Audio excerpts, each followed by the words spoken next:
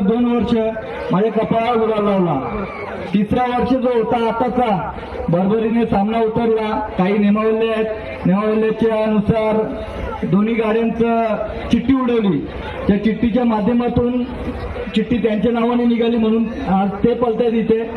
त्यांना पळायची संधी भेटली, पण किरण आप्पा माझे मित्र होते।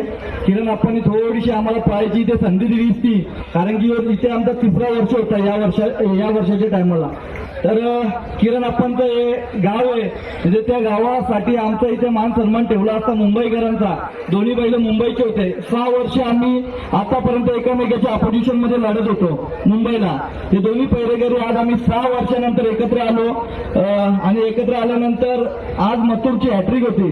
पण काही हरकत नाही, जे देवाला मान्य आहे त्या देवाच्या मान्यनुसार देव बैलगाडा क्षेत्रामध्ये आपल्याला जे निकाल दिलाय त्या निकालाच्या वतीने जे पण निकाल आम्हाला दिला त्या निकालाचा आम्ही मान्य केलं आणि येणाऱ्या पुढच्या वर्षी नक्कीच चांगला पैरा करून येईल आणि 4थ्या वर्षाचा गुलाल घेऊन नक्कीच जाईल इथून।